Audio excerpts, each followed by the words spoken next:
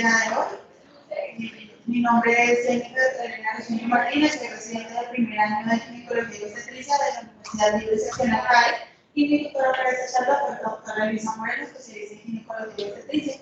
El día de hoy vamos a hablar sobre evidencia en inducción de trabajo de parto, edad gestacional de elección y inducción ambulatoria de trabajo de parto. Entonces, vamos a tener una breve introducción, las indicaciones de la inducción de trabajo de parto, las contraindicaciones de inducción de trabajo de parto. Vamos a hablar de los tiempos de inducción recomendados y vamos a hablar un poco de la inducción ambulatoria de trabajo de parto y algunas conclusiones. Entonces, en cuanto a introducción, tenemos pues, la definición de inducción de trabajo de parto. Entonces, inducción de trabajo de parto se define como una serie de maniobras que se van a realizar para generar y mantener las contracciones en esos pacientes que no han iniciado contracciones pues, espontáneas, un trabajo de parto espontáneo. Esto que para desencadenar un parto vaginal.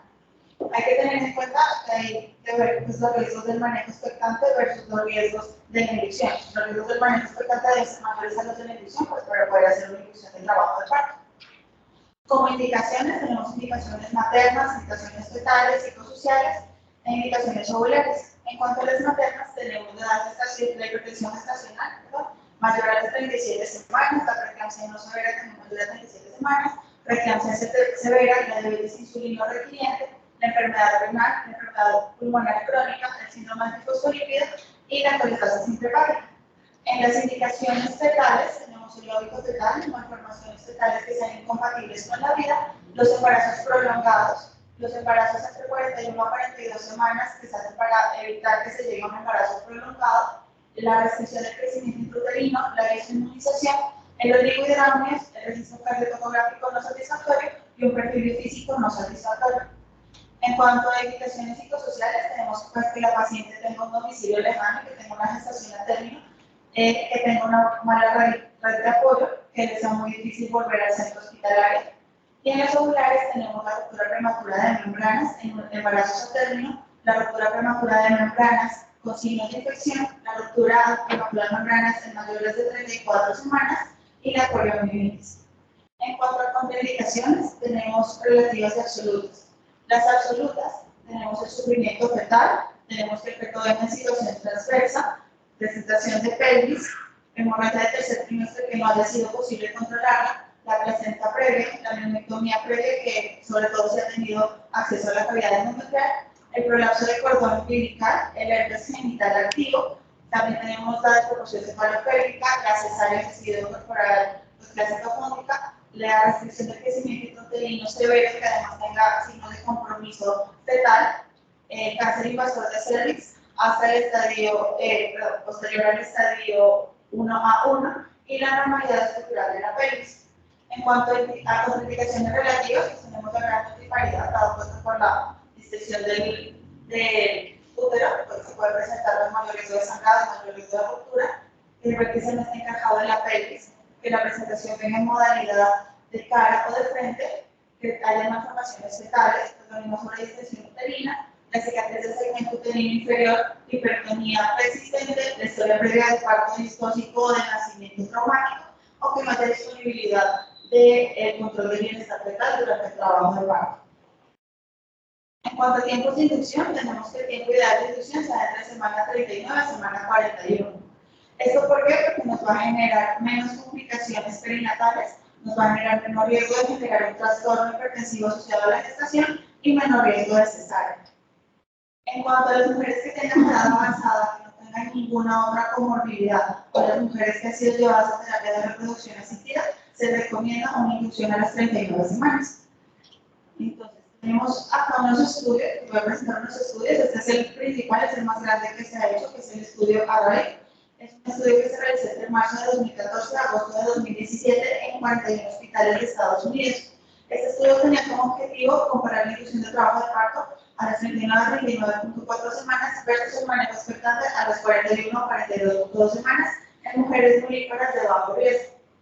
Entonces, para este estudio se inició con una cuota de cerca de 58.000 mujeres, de las cuales por criterios de inclusión y exclusión quedaron 6.106 mujeres. Estas se aleatorizaron y quedaron 3.062 para el grupo de inducción y 3.044 para el manejo expectante.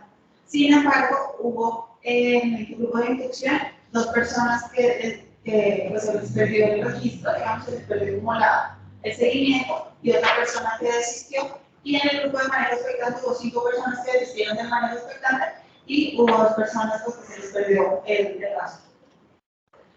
En este estudio, pues, tomaban como desenlace perinatal principal, primario, los efectos adversos perinatales. Entonces, entre estos tenemos la muerte perinatal, la necesidad de soporte respiratorio, el APGAR menor a 7 a los 5 minutos, la encefalopatía hipoxicemia, que el neonato presente convulsiones, que tenga sepsis, que tenga síndrome de aspiración de meconio, que tenga trauma en la sed, que tenga hemorragia intracraneal o que necesite, pues, que tenga requerimiento vasopresor. En este desenlace, pues, se encontró que en el grupo de inducción hubo un 4.3% de los pacientes que lo requirieron, pues que tuvieron muchas complicaciones, ¿verdad? Y un 5.4% se presentó en el manejo expectante. Esto pues con una diferencia estadísticamente significativa. Adicionalmente, en el grupo de inducción se presentó menor duración de estancia hospitalaria y menor necesidad de soporte respiratorio en estos neonatos. En cuanto al desenlace primario materno, pues se tomó en cuenta la necesidad de cesárea. Se evidenció un 18.6% de necesidad de cesárea en el grupo de inducción y un 22.2% en el grupo de manejo expectante. Esto también tuvo una diferencia estadísticamente significativa. Adicionalmente, en el grupo de inducción se encontró menor dolor y estancia hospitalaria y mayor sensación de control de la madre durante su trabajo de parto. En cuanto a los desenlaces secundarios, pues nos encontraron diferencias significativas. Estos desenlaces secundarios tomaban tanto los neonatales como los maternos. En el neonato, pues la necesidad de transfusión, de hiperbilirubinemia, de hipoglicemia, o que necesitaran ser admitidos a unidad de cuidado intensivo o intermedio. Y en los maternos, ellos veían pues, que hay gran necesidad de que haya poliomielitis, que haya hemorragia postparto, que tengan pues, necesidad de admisión a unidad de cuidados intensivos o intermedios. Evaluaron también como la estancia hospitalaria y la hipertensión, los trastornos hipertensivos asociados al embarazo. Lo único que sí se encontró diferencias estadísticamente significativas fue que las personas que se llevaron a manejo expectante tuvieron mayor riesgo de presentar trastornos hipertensivos, y el grupo que se llevó a inducción tuvo mayor, digamos que tuvo un intervalo mayor entre el inicio del trabajo de parto y el parto. Como conclusiones de este artículo, tenemos que la inducción de trabajo de parto a las 39 semanas de gestación no aumenta los desenlaces adversos perinatales comparados con el manejo expectante. Adicionalmente, disminuyó la necesidad de cesárea y se vio que cerca de una de cada 28 cesáreas se pueden evitar con la inducción, y hubo un riesgo relativo 20% menor en el grupo de inducción que en el grupo de manejo expectante. Este es otro de los estudios grandes que se hizo, que es el estudio INDEX. Este estudio se hizo entre mayo de 2012 a marzo de 2016 en 123 unidades de cuidado primario en 45 hospitales de Holanda. Este estudio tuvo como objetivo comparar la inducción de trabajo de parto en mujeres con 42 semanas de gestación versus el manejo expectante de las 42 semanas. Para incluir a los pacientes en este estudio, pues deberían ser pacientes de bajo riesgo, pacientes con embarazos únicos, fetos cefálicos, que los embarazos estuvieran entre 40.5 semanas a 41 semanas y que no tuvieran contraindicación del manejo expectante hasta las 42 semanas. Para eso se tomaron 6.088 mujeres elegibles, de las cuales 4.273 declinaron del estudio por los riesgos que conllevaba llevar la gestación hasta las 42 semanas. Entonces, de las 1.800 mujeres que quedaron, 900 fueron llevadas a inducción y 900 a manejo expectante. En cuanto a los desenlaces perinatales que ellos quisieron comprobar, está el óbito fetal, está la muerte postparto neonatal, la APGAR menor a 7 y menor a 4 a los 5 minutos, está también el síndrome de aspiración de meconio, las lesiones del plexo braquial, el pH del cordón umbilical que está menor a 7.05, las anomalias congénitas de hipoglicemia, la infección neonatal, el peso y la talla de nacer. Entonces aquí lo único que hubo una diferencia significativa fue que las pacientes que se llevaron a inducción tuvieron una menor incidencia de APGAR, los neonatos de APGAR menor a 7 a los 5 minutos, y las que se llevaron a manejo expectante pues tuvieron neonatos que sean más grandes y pues con mayor peso. Algo curioso que pasó fue que en el grupo que se llevó a inducción, efectivamente fueron 71.1% pacientes inducidas y el resto desencadenaron un trabajo de parto espontáneo. Y en el grupo que se llevó a manejo expectante, por el contrario, 73.7% desencadenaron un trabajo de parto espontáneo antes de ser llevadas a las 42 semanas. El resto pues, se esperó hasta las 42 semanas. En los desenlaces maternos, ellos comparaban, así como en el otro estudio, la hemorragia postparto, en la necesidad de transfusión, que sean llevadas a UCI o a UCI intermedios, de episiotomía, que tengan desgarros de tercero o cuarto grado, que tengan complicaciones trombólicas, trastornos hipertensivos. En este estudio, por el contrario, no se encontraron diferencias estadísticamente significativas en la parte materna. En conclusión, este estudio nos dice que la inducción a las 41 semanas va a reducir el riesgo de desenlaces adversos perinatales en general, que el manejo expectante hasta las 42 semanas, y que la decisión de inducir el parto pues, debe tener en cuenta los riesgos y los beneficios que se dan con el procedimiento. Este es otro estudio, es un metaanálisis que compara la inducción de trabajo de parto a las 39 semanas comparada con el manejo expectante. Pues este es un metaanálisis que se publicó en el 2019. El objetivo pues, fue realizar la revisión sistemática de estudios observacionales que compararon la inducción de trabajo de parto a las 39 semanas versus el manejo expectante en las mujeres mulíparas y hacer además un metaanálisis para estimar la asociación entre la inducción electiva con la cesárea y pues otros desenlaces maternos y perinatales. Para este se estudiaron pues, 375 estudios, de los cuales se seleccionaron 6, y pues las funciones de estudios fueron publicados entre 2012 a 2018. Como desenlace primario, tomaron la necesidad de realización de cesárea y como desenlace secundario, pues las otras movilidades maternas y neonatales y perinatales. Entonces, en cuanto al desenlace primario, la necesidad de cesárea, se vio que en el grupo de inducción a las 39 semanas hubo una incidencia menor de necesidad de cesárea que en el manejo expectante. Adicionalmente, pues se evidenció que cerca de cada 37 mujeres evitaron una cesárea con una inducción de trabajo de parto a las 39 semanas. En los desenlaces secundarios maternos se encontró entonces la infección periparto, que tuvo una incidencia menor en el grupo de inducción que en el manejo expectante, también la hemorragia postparto y el desgarro perineal de tercero o cuarto grado, en esos dos no se evidenciaron diferencias estadísticamente significativas. En cuanto a los desenlaces secundarios perinatales, se evidenció que la morbilidad respiratoria, el síndrome de aspiración de Mekong, la necesidad de UCI neonatal y la mortalidad perinatal fue menor en el grupo de inducción de trabajo de parto y la hiperbilirubinemia no demostró si no tuvo diferencias estadísticamente significativas, aunque sí se evidenciaba como que había menos incidencia de esta en el grupo de manejo expectante. Como conclusión, pues tenemos que este estudio es consistente con el estudio inicial que les mostré, que es en la RAI, en que la inducción de trabajo de parto a las 39 semanas se asocia con menos desenlaces maternos y perinatales adversos comparados con el manejo expectante. Este es otro estudio en el que pues este es un estudio de revisión, en realidad.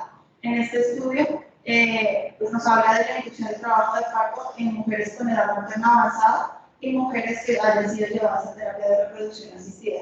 Es un estudio que se publicó en 2021, pues revisaron 62 artículos y se evidenció que tanto las mujeres mayores de 35 años como las que fueron llevadas a terapia de reproducción asistida tuvieron mayor riesgo de mortalidad materno-perinatal, materno-fetal, mayor riesgo de óbito fetal y mayor riesgo de restricción del crecimiento intrauterino.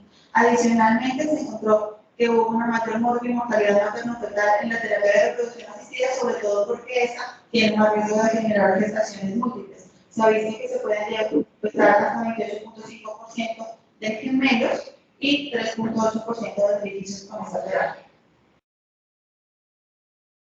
Entonces, en cuanto al óbito fetal, se encontró que en la edad materna avanzada se ve una incidencia de 12.8 casos por cada 1000 embarazos, y esto se cree que se debe a la insuficiencia placentaria que se presenta en las mujeres con mayor edad gestacional, con mayor edad. Y pues esta insuficiencia placentaria va a hacer que haya menor oxígeno para el feto y menor paso de nutrientes, y eso pues no puede desencadenar en un óbito fetal. En cuanto a la terapia de reproducción asistida, pues observa que 1 de cada 1000 embarazos menores a las 38 semanas y 7 de cada 1000 mayores a 38 semanas pueden presentar un óbito fetal.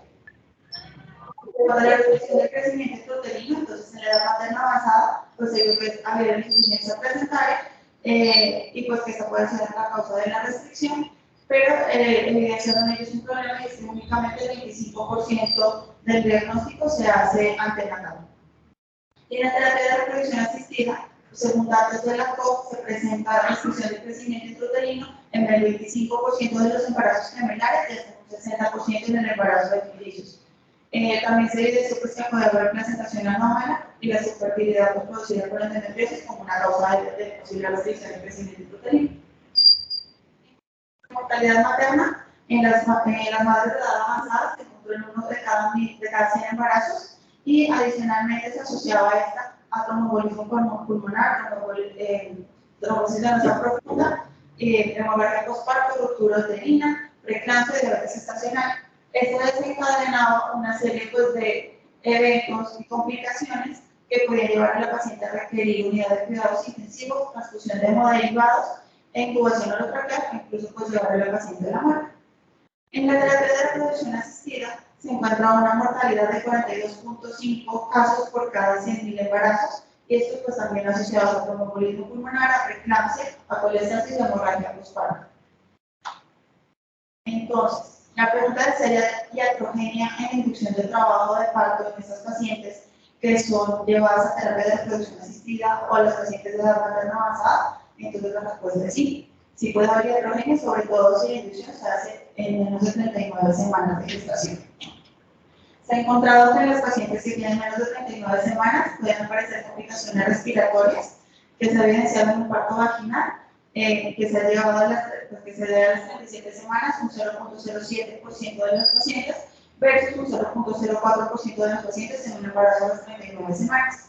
Y en las cesáreas se ha visto 4 veces mayor riesgo en los pacientes que se desembarazaron a las 37 semanas versus las 39 semanas. Ya habido, pues, se observa que hay hiperbilirubinemia en embarazos menores a 38 semanas, que era consistente pues, con lo que vimos ahora en el estudio anterior. Y otras complicaciones que se generaron es que en embarazos menores a 38 semanas pues, hay más riesgo de hipoglicemia y en las mayores de 41 semanas hay más riesgo de encefalopatía que puede desencadenar una parálisis cerebral. Entonces, la recomendación que nos da este estudio es que la inducción de trabajo de parto en estas pacientes con edad materna avanzada y las pacientes con terapia de reproducción asistida se haga a las 39 semanas de gestación porque es más segura para estas pacientes y para los menores. En cuanto a la inducción ambulatoria del trabajo de parto, entonces a la pregunta de si es posible la inducción ambulatoria, la respuesta también es sí, se puede. ¿Con qué se hace? Se hace con prostaglandinas o se hace con sonda Foley. Entonces, como indicaciones para una inducción ambulatoria, tenemos pues, que el embarazo sea único, cefálico, que sea término mayor a las 37 semanas y menor a las 41 semanas, que la paciente tenga bajo riesgo obstétrico, que tenga un buen soporte social, una buena red de apoyo y que sea pues, demográficamente cercano al sitio de hospitalización, digamos. Que la paciente sea nulípara, porque pues, tenemos el riesgo de que en las multíparas se desencadene más rápido el trabajo de parto. Que el Bishop sea desfavorable en menor a 6 puntos, que la monitoría fetal que se hace al ingreso de la paciente para iniciar la inducción sea una monitoría fetal que sea normal, categoría 1, y que la vivienda pues quede a menos de 60 minutos del hospital para que la paciente pues, alcance a llegar al hospital en caso de desencadenarse trabajo de parto o alguna complicación. Como contraindicaciones de esta inducción ambulatoria, tenemos cualquier patología que ponga en riesgo la gestación, entre ellas pues, los trastornos hipertensivos asociados al embarazo, hipertensión gestacional o que la paciente de por sí venga con una hipertensión crónica, la diabetes, la restricción del crecimiento intrauterino o cualquier otra complicación que tenga. Pues recomendaban también tener cuidado con el uso de prostaglandinas en el manejo ambulatorio en los pacientes que tengan antecedentes de cesárea de cirugía uterina. Este es un estudio que hacían, es una revisión sistemática de la inducción de trabajo de parto en pacientes hospitalizados versus pacientes ambulatorios. En 2020, entonces lo que hicieron ellos fue una revisión sistemática de publicaciones de ensayos clínicos controlados y aleatorizados que comparaban la inducción de trabajo de parto ambulatorio versus hospitalario y comprobar el rol de la inducción ambulatoria en los embarazos de bajo riesgo. Para esto, pues ellos estudiaron, pues tuvieron estudios de Medline, de May, de Superiors y del International Pharmaceutical Laboratories.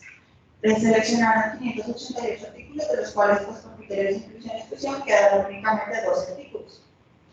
Entonces, ellos en cuanto a los desenlaces en los desenlaces que se seguían, pues, con una inducción ambulatoria versus una inducción hospitalaria, encontraron que no hubo diferencias estadísticamente significativas en cuanto a morbilidad materna, desenlaces perinatales, desenlaces del parto y resultados relacionados con los recursos. Estos últimos, pues, que haya necesidad de epidural, que haya necesidad de oxitocina, pues que se empleen más recursos para los pacientes. Pero sí encontraron diferencias en cuanto a la cesárea y en cuanto a los intervalos de hospitalización. En la cesárea, pues, se encontró menor incidencia en el grupo ambulatorio, y también se encontró que hubo menor tiempo entre la admisión hospitalaria inicial y el tiempo del parto en el grupo ambulatorio, y menor tiempo también entre el inicio de la inducción y el parto, también en el grupo ambulatorio. Entonces, este estudio concluyó que la inducción ambulatoria del trabajo de parto es una alternativa que es viable, que es efectiva y que es segura en población de bajo riesgo comparada con la inducción hospitalaria, y que esa debería considerarse de manera universal. Pero también decía, pues, que no hay suficientes datos en cuanto a costo-efectividad de la inducción ambulatoria frente al hospitalario. Entonces, como método de inducción ambulatoria, empezamos, pues, con el misoprostol. Este se puede usar de 25 a 50 microgramos oral o intravaginal. Contraindicaciones para este: insuficiencia uterina previa, que haya actividad uterina que ya sea resistente, glaucoma, falla renal, falla hepática o asma. Y efectos secundarios adversos que pueden producirse: taquicistolia, que es la principal que se produce, vómito, diarrea, fiebre o escalofríos. En este estudio comparaban la inducción de trabajo de parto ambulatoria versus hospitalaria con misoprostol, publicado en 2023 en el Laboratorio de Ginecológico Escandinavo. El objetivo fue comparar la proporción de las mujeres que alcanzan parto vaginal y la duración de estancia hospitalaria antes del parto con el misoprostol oral ambulatorio versus intrahospitalario en población de bajo riesgo. Para esto, pues, es un estudio retrospectivo entre enero de 2019 y febrero de 2022. Y la población utilizada fueron pacientes a término y post-término que tengan un Bishop desfavorable menor a 5 puntos, y 282 de estas fueron llevadas a manejo ambulatorio y 282 a manejo hospitalario. Entonces, ¿cómo le hacen ellos? Ellos admitían a la paciente inicialmente al hospital y les entregaban 5 tabletas de misoprostol. Estas debían administrarse a las 6, a las 8, a las 10 p.m. y si no se desencadenaba trabajo de parto con estas, tenían que tomar otra a las 6 y a las 8 a.m. Si se desencadenaban contracciones, sangrado, ruptura de membranas o disminución de movimientos totales, pues ellos en su medio tenían que llamar a su partera, y esta determinaba si era necesario enviar a la paciente al hospital o no. Si no se desencadenaba trabajo de parto con estas, ellas volvían al hospital a las 9 de la mañana del día siguiente y se les entregaban 4 dosis más de misoprostol para ser tomadas a las 10, a las 12, a las 2 y a las 4 p.m. Si no se desencadenaba trabajo de parto, volvían a las 5 p.m. y los dejaban a los pacientes hospitalizados para una inducción intrahospitalaria. Entonces, en cuanto a desenlaces primarios y secundarios, tenemos como desenlace primario en este estudio el parto vaginal y las duraciones de la admisión hospitalaria hasta el parto. Solamente se encontró diferencia estadísticamente significativa en cuanto a la duración entre la admisión hospitalaria y el trabajo de parto. En cuanto a parto vaginal, no hubo diferencias en los dos grupos. Y en los desenlaces secundarios, pues en estos teníamos varios desenlaces, que era que se hiciera cesárea por el trabajo satisfactorio, cesárea por distocias, parto instrumentado, que haya necesidad de utilizar algún otro método de maduración cervical como la dinoprostona o por la sonda Foley, necesidad de amiotomía, necesidad de infusión de oxitocina, que necesite, pues, más tiempo de manejo hospitalario, más dosis de misoprostol. En cuanto a neonatales, pues que tengan una PAR menor a 7 a los 5 minutos, que el pH de la arteria umbilical sea menor a 7.1, que necesite admisión a la unidad de cuidado intensivo, que tenga infección también postparto, pues el bebé, y bueno, en cuanto a la materna, hemorragia postparto y desgarros perineales grado 3 o 4. Únicamente se encontró diferencia en la necesidad de utilizar algún otro método de inducción. En este caso hubo diferencia solamente con la dinoprostona, en la que se usó más en los pacientes de manejo intrahospitalario. Lo requirieron menos las pacientes ambulatorias. Y la necesidad de oxitocina sí se necesitó más en los pacientes que estaban con trabajo de parto ambulatorio, con inducción ambulatoria, y ellas también tuvieron como un tiempo mayor en la edad de inducción, pues en el tiempo, digamos, entre el inicio de la inducción y el parto. En cuanto a las que se hicieron pues, de manejo hospitalario, ellas tuvieron necesidad de mayores, pues, de más dosis de misoprostol y tuvieron una estancia hospitalaria más prolongada.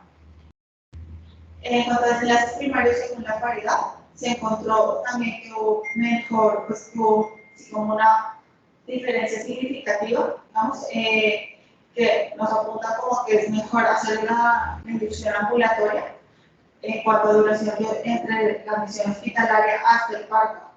Y sí, pues también si hay un bicho desfavorable, pues también nos favorece más la inducción ambulatoria. Como conclusiones de este artículo, tenemos que la inducción ambulatoria con misoprostol redujo el tiempo de permanencia hospitalaria antes del parto y la estancia total. En la tasa de parto vaginal fue similar en ambos grupos y que no hubo diferencias significativas en los desenlaces maternos y perinatales entre ambos grupos. Sin embargo, pues ellos dicen que se determinan más estudios, que se requieren más estudios para determinar la seguridad del uso de misoprostol en el trabajo de inducción del trabajo ambulatorio. En cuanto a métodos, otros métodos de inducción ambulatoria, pues tenemos la dinoprostona y la sonda Foley. Para esto, pues traigo un estudio de inducción ambulatoria con sonda versus inducción intrahospitalaria con prostaglandina D2, en este caso la dinoprostona, que es el estudio OBLIC, que es un estudio grande que se hizo. Este es un estudio multicéntrico aleatorizado controlado que se publicó en el 2020. La idea del estudio, el objetivo es pues, investigar la eficacia clínica, seguridad y costo-efectividad para madres y recién nacidos con dos métodos diferentes de modulación cervical. Este estudio se hizo en octubre de 2017 y abril de 2019 se hizo en 450 pacientes de 10 hospitales de Nueva Zelanda. Entonces, ¿ellos qué hacían? En cuanto a la sonda Foley ambulatoria, ellos admitían a la paciente al hospital y le hacían un registro cardiotocográfico. Si este resultaba normal, entonces se pasaba a una especuloscopia y la inserción a través del orificio cervical interno de la sonda. Esta se induraba con 50 cc de solución salina. Les hacía a los pacientes una escala de desconforto o dolor que iba de 0 a 10. Se les indicaba regresar, entonces se les mandaba por la casa y se les indicaba regresar si presentaban ruptura de membranas, contracciones, sangrado, disminución de movimientos fetales, pues expulsión espontánea de la sonda, o si pasaban 18 o 24 horas posterior a la inserción y eso no lo expulsaban. Al regresar se les hacía nuevamente una monitoría y si era factible se les hacía una miotomía. Si no era factible la miotomía, pues entonces se iniciaba inducción intrahospitalaria con prostaglandinas. Y si era factible, pues se evaluaba también la escala de disconfort con respecto a la amiotomía. En cuanto a las prostaglandinas intrahospitalarias, ellos lo hicieron con dos, con el pesario de dinoprostona y con el gel. Entonces los pesarios los ponían cada 2 a 24 horas con un máximo de 2 dosis, también haciendo previamente la monitoría fetal, que es la categoría 1, y hacían nuevamente, entonces si se desencadenaban contracciones o si no, se hacía nuevamente la monitoría. Entonces, independientemente de si se desencadenaba bajo parto o no, a las 12 a 24 horas hacían nuevamente la cardiografía y si era posible, se hacía la miotomía. En el caso del gel, este se administraba cada 6 horas con un máximo de 6 dosis y se hacía lo mismo. Se hacía en cada intervalo la monitoría fetal y si era factible se hacía la miotomía. Si esta era fallida, si esta inducción se consideraba fallida, se intentaba nuevamente con alguna otra prostaglandina o se iniciaba con algún método mecánico como la sonda. Siempre pues planteando a ellos la escala de disconfort o dolor en estas pacientes. Entonces, como hallazgos de este estudio, se considera que la inducción ambulatoria del trabajo de parto con métodos mecánicos como la sonda Foley es un método seguro que no genera complicaciones, que es costo eficaz, dado que la sonda es más económica que una sola dosis de prostaglandinas, y demostró una eficacia clínica y fue que una reducción de cesárea, de necesidad de cesárea, de un 43 a un 29%, con una reducción relativa de 32%. Sin embargo, ellos nos dicen que es necesaria una muestra más grande pues, para determinar si es estadísticamente significativo. En cuanto a conclusiones pues, de la charla, tenemos que la inducción del trabajo de parto no va a desencadenar desenlaces adversos perinatales comparados con el manejo expectante y esta, por el contrario, va a reducir también pues, la necesidad de cesárea. El manejo expectante hasta las 42 semanas nos va a aumentar el riesgo de resultados adversos perinatales en general, la necesidad de episiotomía, lesiones del esfínter anal y aparición de trastornos hipertensivos, que si bien el estudio multicíclico no es estadísticamente significativo, pues sí nos mencionan que es importante tenerlos en cuenta. La inducción de trabajo de parto entre 39 a 41 semanas disminuye el riesgo de óbito fetal comparado con el manejo expectante hasta las 42 semanas y que la necesidad de inducción de trabajo de parto pues, debe analizarse de acuerdo a cada caso, si la gestación es de bajo o alto riesgo, si hay comorbilidades o no, o si hay bienestar fetal o no. Y en cuanto a la inducción ambulatoria, pues nos dice que es posible realizarla con métodos farmacológicos o con métodos mecánicos en pacientes de bajo riesgo siempre. Es más seguro el uso de la sonda Foley, que demostró más seguridad del uso de la sonda Foley para inducción ambulatoria que los métodos farmacológicos y que la inducción ambulatoria pues, nos va a reducir el riesgo necesario y la duración de estancia hospitalaria y va a presentar un mayor nivel de confort en las pacientes. Y pues es necesario que los pacientes conozcan los riesgos asociados a la inducción de trabajo de parto, tanto ambulatoria como hospitalaria, pero pues estos estudios pues son estudios que se realizaron en países del primer mundo, digamos estudios que se realizaron en Europa, en Estados Unidos, en Nueva Zelanda, y habría que ver la necesidad, pues dedicar, digamos, de extrapolarlos a nuestra población, y pues si es posible extrapolarlos o no acá, o hacer nuestros propios estudios regionales.